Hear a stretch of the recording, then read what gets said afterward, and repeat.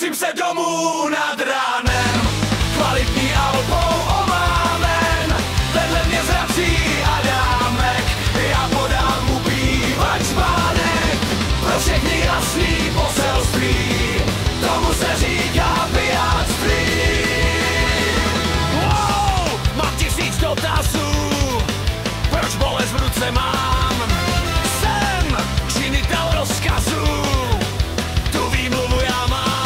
A v tichu přihlížím, jak zemlitej mám dům, jak tohle vysvětím váženým rodičům. A už si vzpomínám, já byl jsem na srazu, my včera slavili vznik Sovětského svazu. Legendy budoucí, tak to vám povídám, my jsme spíči kluci. Vracím se domů nad ránem, kvalitní albou omámen. Vedle mě zrací Daniel, ten vodku s džusem popíjel. Pro všechny jasný poselství, tomu se říká pijáctví. Oh, stačí pár chlastaček, kde jsou spíči kluci.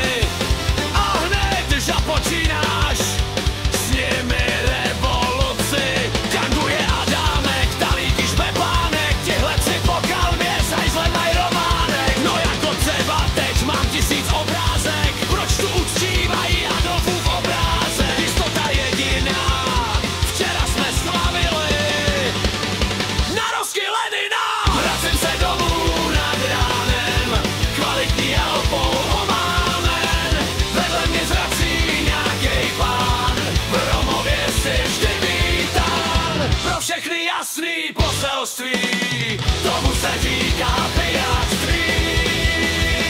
Svět zpomaluje otáčky, toto mi peče koláčky. Tráva s kvalitou nejvyšší, skrze dům voní sáčky. Zástupy spíči kluků, za motokola zvuku ukážou, jak se chlastat má, dokud seš ještě v rozpuku.